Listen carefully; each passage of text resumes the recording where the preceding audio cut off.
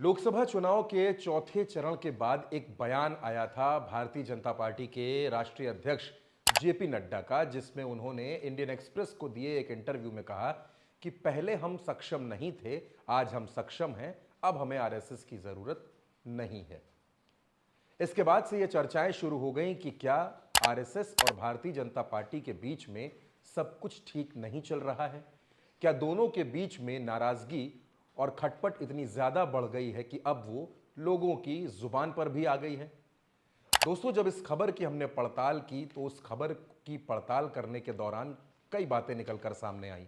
और जब लोकसभा चुनाव का परिणाम आया, जब भारतीय जनता पार्टी नरेंद्र मोदी के नेतृत्व में भी बहुमत के आंकड़े को छू नहीं पाई, यानी 272 से नीचे रह गई, तो इस बात पर मुहर लगने लगी कि वाकई आरएसएस और बीजेपी के बीच नाराजगी नहीं है। भारतीय जनता पार्टी की हार को समझने के बाद, उसकी समीक्षा करने के बाद यह समझ में आता है कि भारतीय जनता पार्टी और आरएसएस के बीच नाराजगी बहुत ज्यादा थी और उसके पीछे वजह क्या कुछ थी, वो वजह भी आज हम आपके लिए लेकर आए हैं। उन वजहों पर आपसे बात करेंगे। संघ के एक पदाधिकारी से बात करने के दौरान जब यह सवाल पूछा गया कि क्या भारतीय जनता पार्टी और आरएसएस के रिश्ते अब उतने मजबूत नहीं हैं जितने पहले हुआ करते थे, तो उनका जो जवाब था, उस जवाब में ही हर सवाल का जवाब छिपा हुआ था। उन्होंने कहा कि बीजेपी को आरएसएस के साथ हमेशा जो रिश्ते रहे, उन रिश्तों में खटास की खबरों से इनकार नहीं किया जा सकता, क्योंकि आरएसएस हमेशा एक आइडियोलॉजी के साथ चलती है और भारतीय जनता पार्टी ने इस चुनाव में उस आइडियोलॉजी को इग्नोर किया है। लेकिन दोस्तों, ये खटपट शुरू कहां से होती है? तो ये खटपट शुरू होती है उत्तर प्रदेश के एक जिले से जिसका नाम चित्रकूट है। अयोध्या में जब वित्तीय कुप्रबंधन और जमीन की खरीद में कुछ गड़बड़ी की खबरें सामने आई, तो संघ के बड़े पदाधिकारियों ने चंपत राय को चित्रकूट बुलाया और उनसे इस मसले पर नाराजगी व्यक्त की। दरअसल आरएसएस कभी यह नहीं चाहता था कि राम मंदिर का जो मुद्दा है, जो राम मंदिर का निर्माण है, ये किसी भी तरीके से राजनीतिक रंग में या राजनीतिक आंदोलन की शक्ल ले सके। लेकिन भारतीय जनता पार्टी ने ठीक इसके विपरीत काम किया। इसके बाद नाराजगी सिर्फ चंपत राय तक नहीं रुकी, बल्कि नाराजगी और आगे बढ़ी। आरएसएस ये नहीं चाहता था कि राम मंदिर का जो ट्रस्ट है, उसमें चेयरमैन की कुर्सी पर नृपेंद्र मिश्रा बैठे, क्योंकि नृपेंद्र मिश्रा वही आईएएस अधिकारी हैं। जब कार सेवकों पर गोली चली अयोध्या में, तब नृपेंद्र मिश्रा उत्तर प्रदेश में प्रमुख सचिव हुआ करते थे और ये आरएसएस की नाराजगी की एक बड़ी वजह थी। लेकिन नृपेंद्र मिश्रा को बनाया गया क्योंकि वो मोदी सरकार में और नरेंद्र मोदी के बेहद करीबी लोगों में थे और आरएसएस इस मसले पर भी बेहद नाराज हुआ। तीसरी जो सबसे बड़ी वजह संघ के पदाधिकारियों से बात करने पर पता चलती है, वो ये कि आरएसएस की पूरी इच्छा थी कि राम मंदिर की प्राण प्रतिष्ठा लोकसभा चुनाव के ठीक बाद हो, क्योंकि इसके पीछे आरएसएस का यह तर्क था कि अगर प्राण प्रतिष्ठा पहले हो गई तो जनता राम मंदिर की प्राण प्रतिष्ठा के कार्यक्रम को चुनाव आते आते भूल जाएगी। लेकिन अगर लोकसभा चुनाव के बाद इस प्राण प्रतिष्ठा को प्रस्तावित कर दिया जाए तो इसका असर चुनाव में देखने को मिलेगा। लेकिन भारतीय जनता पार्टी ने आरएसएस के इस सुझाव को भी नजरअंदाज कर दिया और आनन फानन में प्राण प्रतिष्ठा कराई गई। आरएसएस ये जानता था, आरएसएस ये समझता था कि अगर प्राण प्रतिष्ठा बाद में हुई तो इसका फायदा मिलेगा और अगर पहले हुई तो नुकसान होगा।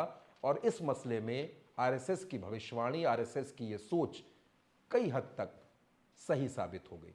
दूसरा एक पहलू जो राम मंदिर से ही जुड़ा है, जो निकलकर सामने आता है, वो ये कि आरएसएस ये चाहता था कि राम मंदिर की जब प्राण प्रतिष्ठा हो तो उनमें उन लोगों को बुलाया जाए जो राम मंदिर के आंदोलन से जुड़े रहे, जिन्होंने मंदिर को लेकर कोई संकल्प लिया है। लेकिन ऐसा भी नहीं हुआ, बल्कि देश के तमाम शंकराचार्यों की नाराजगी के बावजूद बीजेपी ने इस पूरे कार्यक्रम को इवेंट बनाया। कई शंकराचार्यों की जब नाराजगी सामने आई तो भारतीय जनता पार्टी ने उसे भी सिरे से इग्नोर कर दिया। आरएसएस ये भी नहीं चाहता था कि राम मंदिर की प्राण प्रतिष्ठा में ग्लैमर का तड़का लगे, यानी बॉलीवुड के लोग बुलाए जाएं। लेकिन भारतीय जनता पार्टी ने बाकायदा बॉलीवुड के बड़े बड़े स्टार्स को अयोध्या में बुलाया और राम मंदिर के कार्यक्रम में बॉलीवुड के सितारों का मेला देखने को मिला। इस मसले पर भी आरएसएस की भारतीय जनता पार्टी से नाराजगी देखने को मिली। दोस्तों, एक सबसे बड़ी बात जो पूरी इस रिसर्च में निकलकर सामने आई, आरएसएस का मन था कि राम मंदिर में प्राण प्रतिष्ठा की जो पूजा हो उसका जिम्मा देश के बड़े संतों के हाथों में हो, शंकराचार्यों के हाथों में हो। लेकिन नरेंद्र मोदी ने यहां भी आरएसएस की नहीं सुनी और पूजा का पूरा जिम्मा खुद ले लिया और आरएसएस और बीजेपी की नाराजगी यहां से और ज्यादा बढ़ने लगी।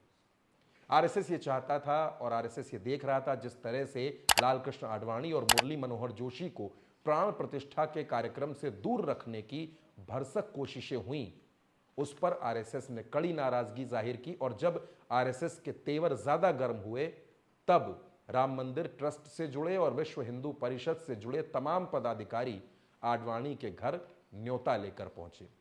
दोस्तों, ये बात तो प्राण प्रतिष्ठा की हो गई, लेकिन आरएसएस और बीजेपी के बीच सिर्फ प्राण प्रतिष्ठा की नाराजगी थी ऐसा नहीं था। आरएसएस बार बार यह कह रहा था कि ईडी और सीबीआई का दुरुपयोग न किया जाए, क्योंकि इससे विपक्ष को विक्टिम बनने का एक मौका मिलता है। देश में राहुल गांधी सरीखे विपक्षी नेताओं के साथ जनता की सहानुभूति जुड़ती है और इसका नुकसान भारतीय जनता पार्टी को उठाना पड़ेगा। लेकिन भारतीय जनता पार्टी ने यहां भी आरएसएस की बात नहीं मानी। इसके बाद आरएसएस की नाराजगी वॉशिंग मशीन को लेकर थी। वॉशिंग मशीन यानी कि विपक्ष के वो तमाम नेता जिन पर कोई गंभीर आरोप थे, जो जांच के दायरे में थे, उनको भारतीय जनता पार्टी ने शामिल कर लिया। आरएसएस ये कतई नहीं चाहता था, क्योंकि आरएसएस का ये तर्क था कि जब जमीन पर, जब ग्राउंड पर आरएसएस के जो कार्यकर्ता हैं, आरएसएस के जो स्वयंसेवक हैं, वो जाते हैं तो उनको जनता को जवाब देना पड़ता है और वो इस मसले पर जवाब नहीं दे पा रहे हैं। दोस्तों, आपने कई मौकों पर देखा होगा कि संघ के पदाधिकारियों ने, संघ के बड़े बड़े चेहरों ने उत्तर प्रदेश, मध्य प्रदेश, राजस्थान में डेरा डाला है, सरकार और संगठन के बीच समन्वय बनाने की कोशिश की है, ग्राउंड रिपोर्ट्स दी हैं। और इन्हीं रिपोर्ट्स के आधार पर संघ के कई पदाधिकारियों ने बीजेपी को यह रिपोर्ट दी थी कि उत्तर प्रदेश में कई सीटों पर प्रत्याशी बदले जाने चाहिए और कई सीटों पर जिन प्रत्याशियों का नाम चल रहा है उनको टिकट नहीं मिलना चाहिए। लेकिन भारतीय जनता पार्टी ने टिकट देने में भी भारतीय जनता पार्टी ने आरएसएस की बात कतई नहीं सुनी। इन सीटों की अगर बात करें तो श्रावस्ती, अंबेडकर नगर, कानपुर, प्रतापगढ़, रायबरेली, तमाम सीटें इसमें शामिल रहीं। और इन तमाम सीटों में अगर आप कानपुर को छोड़ दें, जहां चुनाव में जीत बड़ी मुश्किल से मिली, तो बाकी सभी सीटों पर भारतीय जनता पार्टी को हार का मुंह देखना पड़ा है।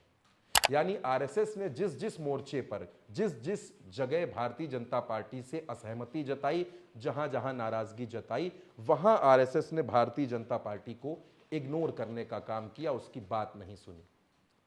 दोस्तों, 2014 से ही आरएसएस इस बात पर नाराज था जिस तरह से भारतीय जनता पार्टी चुनाव में नारे दे रही थी। लेकिन 2014 में आरएसएस रुक गया, क्योंकि उसको लगा कि एक लंबे वक्त के बाद देश में भाजपा की सरकार आ रही है। लेकिन 2024 के चुनाव में मोदी की गारंटी जैसे शब्द पर आरएसएस को कड़ी आपत्ति थी, लेकिन यहां भी आरएसएस की बात नहीं मानी गई।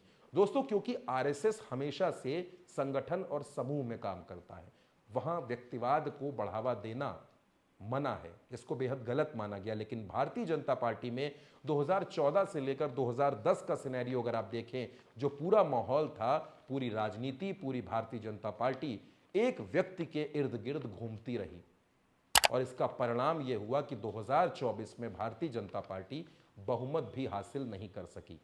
अब ऐसी चर्चाएं हैं कि आरएसएस और बीजेपी के बीच सब कुछ ठीक करने की कोशिशें हो रही हैं। केंद्र में, केंद्र की सरकार में और भारतीय जनता पार्टी के संगठन में आरएसएस के कई नेताओं को तरजीह दी जा सकती है, लेकिन अभी ये अधपकी खबर सी है, इसकी कोई पुष्टि नहीं है।